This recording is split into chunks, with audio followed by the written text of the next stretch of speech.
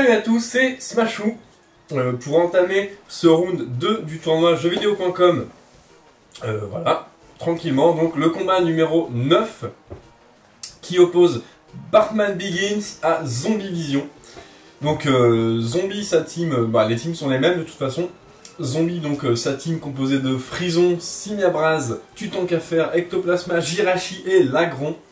Alors que Bartman Begins a aussi un Simiabraz, mais les autres Pokémon sont différents puisqu'on a Karchakro, Megaflorizard, Mamambo, Trousselin et Porygonzel. On lance le match sans plus attendre, c'est parti.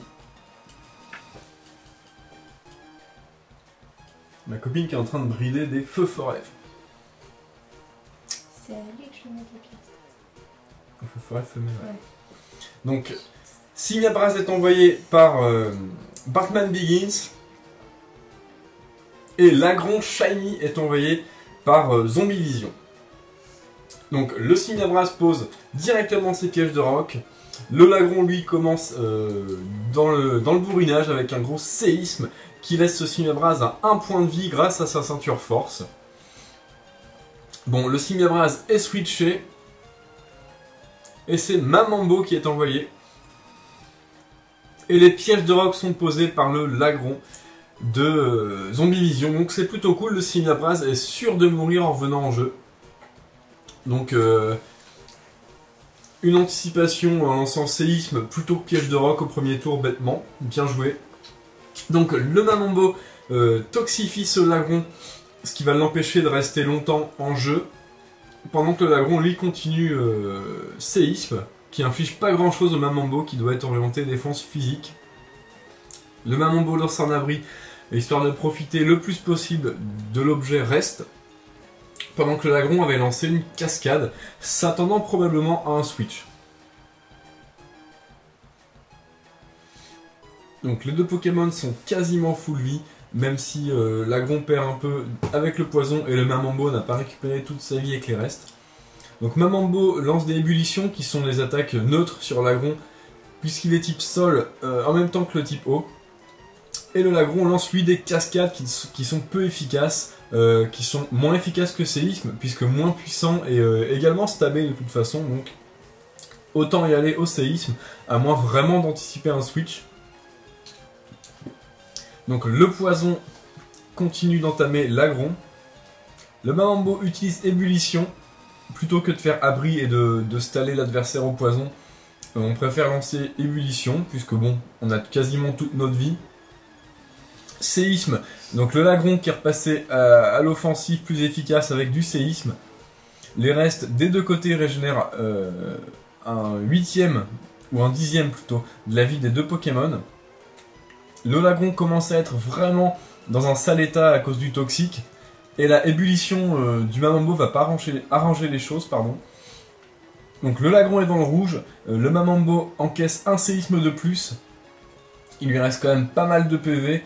Avec les restes, il repasse au-dessus de la barre des 50%. Pendant que le Lagron récupère également avec les restes, mais c'est beaucoup moins sûr qu'il s'en sorte avec ce toxique. Voilà, les dégâts du poison suffisent à mettre le Lagron au tapis. Donc il a quand même fait du taf en posant les pièges de roc. Et c'est Jirachi qui est envoyé en renfort. Jirachi qui est vraiment très petit en fait, je le voyais pas aussi petit le Pokémon.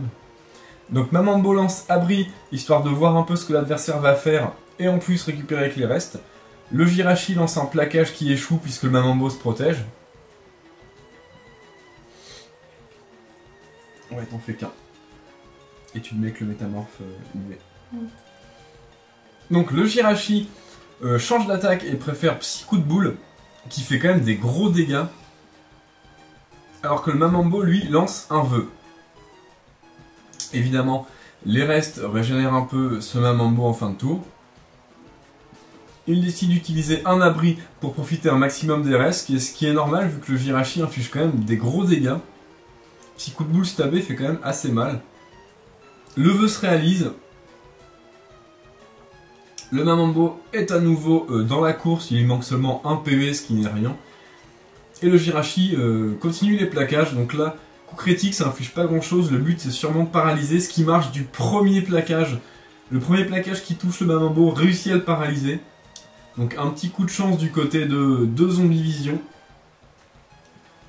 Jirachi continue ses plaquages, pourquoi pas petit coup de boule stabé, je ne sais pas, peut-être anticipant un switch. Le Mamambo est paralysé et ne peut donc pas attaquer.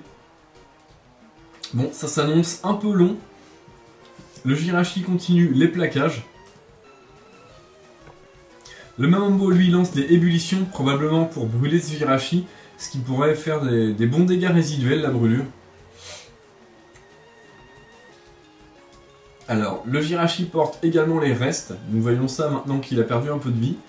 Donc les deux Pokémon se régénèrent grâce à leurs restes. Le Jirachi lance encore plaquage. Mamambo est paralysé, ça commence à faire pas mal de paralysie. 2 sur 3 là, pour le moment. Bon, très bien. Les restes régénèrent à nouveau les deux Pokémon. Je sais pas si rester comme ça c'est la meilleure des solutions. Donc en effet, le Mamambo est rappelé et c'est Karchakro qui est envoyé. Qui est quand même une bien meilleure option contre Jirachi. Jirachi lance plaquage. Prions pour que le Karchakro ne soit pas paralysé. Il est paralysé du premier coup. Aïe aïe aïe, ça c'est vraiment pas de chance par contre. La peau dure inflige un peu au Jirachi. Je ne sais pas combien de chances plaquage a de paralyser. Même si Jirachi a sérénité qui augmente ses chances de paralyser, c'est quand même pas de chance de se faire paralyser sur un switch.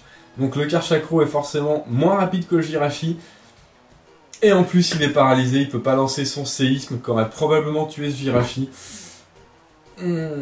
Pour le coup c'est vraiment pas de bol. Bon. Le axe de la paralysie plus ensuite le fait d'être paralysé derrière, ça fait vraiment très mal. Le Jirachi lance des plaquages. Le Karchakro est dans le rouge mais arrive quand même à faire un séisme qui va probablement tuer ce Jirachi. Voilà, ça le tue assez facilement. Le Jirachi est enfin mis au tapis. Il aura quand même fait des gros dégâts en paralysant ce Karchakro. Et également le Mamambo. Bon, le Karchakro perd quelques PV avec l'Orbeville, me semble. Le Tutankafer est envoyé. Évidemment, Karchakro paralysé n'arrive pas à dépasser ce Tutankafer et se fait mettre KO par une Balombre. Bon, jusque là, ça va. Le Tutankafer récupère avec les restes ce qu'il a perdu sur le piège de roc. Et c'est Porygon Z qui est envoyé, donc puissance Weapon spécial, je trouve. Et il lance Vibre Obscur, donc une attaque super efficace sur le Tutankafer, et qui ne suffit pas à le tuer, ça lui inflige quand même des bons dégâts, mais pas assez. Et par contre, ça lui donne la trouille, donc on va dire que ça compense pas mal les paralysies qu'on a eu avant. Le Tutankafer est rappelé, visiblement Zombie tient à son Tutankafer, et il envoie son Frison. Oula. Qui se prend une Vibre Obscure, donc Frison, il prend vraiment pas beaucoup, je soupçonne ce Frison de porter la veste de combat, faudra attendre confirmation du dresseur. Donc Zombie, si tu vois la vidéo, dans les commentaires, tu peux nous indiquer ça. Le Frison lance séisme pendant que c'est Mamambo qui est envoyé pour éponger ses dégâts physiques. Donc le Frison perd quelques PV, donc il est hors vie. Le Mamambo récupère avec ses restes, décidément il est très coriace Mamambo. Le Frison est rappelé et le Tutankafer est appelé en combat à la place du Frison. On essaye de préserver sa force de frappe, je pense. Le Mamambo qui lance un toxique sur le Tutankafer. C'est toujours très bon à prendre sur un stalleur.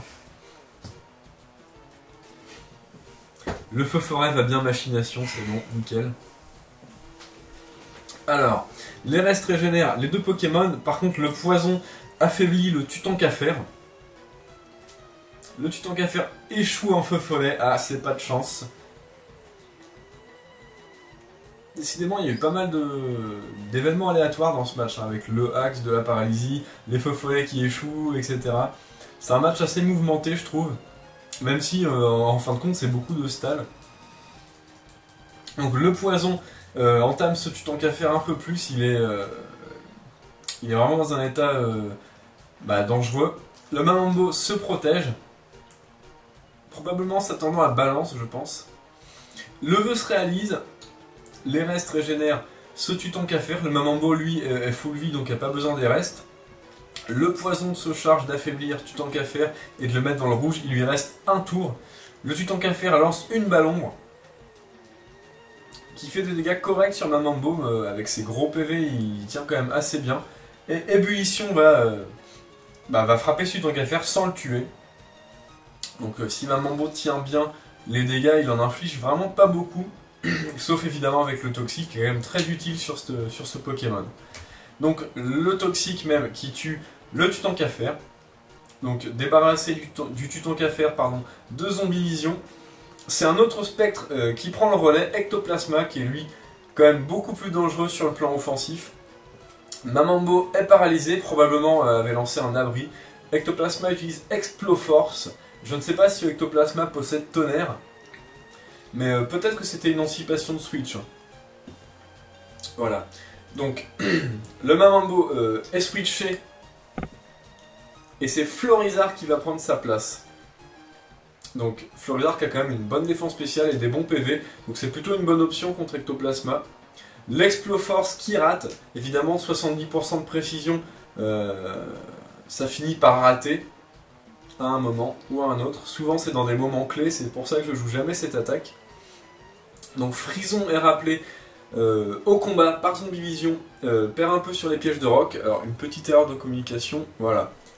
Le combat continue, le Florizarre méga évolue et utilise Vampigraine sur Frison. Très bien anticipé de la part de Zombie, puisque Frison possède Herbivore, qui va d'une part l'immuniser à la plante et en plus monter son attaque d'un cran. Malheureusement, Florizarre lance une Bomber qui l'empoisonne, ce qui va signer sa perte, même s'il a le temps de lancer un séisme qui termine quasiment le Florizarre. Piastase et... Ouais, c'est ça. Et le destin. Donc, le Ectoplasma utilise Tonnerre, donc il avait bien Tonnerre. Donc pourquoi pas Tonnerre sur le Mamambo, ça, je ne sais pas.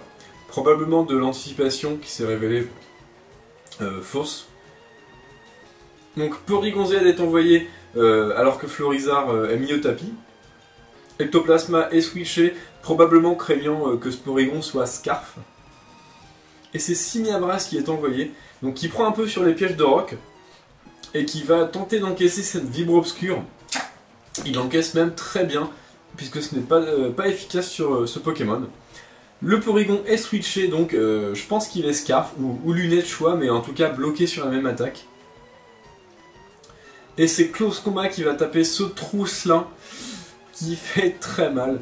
Donc le Trousselin a 11 PV, espérons que pour Zombie que ce Simiabras ait Mac Punch. On a quand même Casque Brut qui blesse le Simiabras.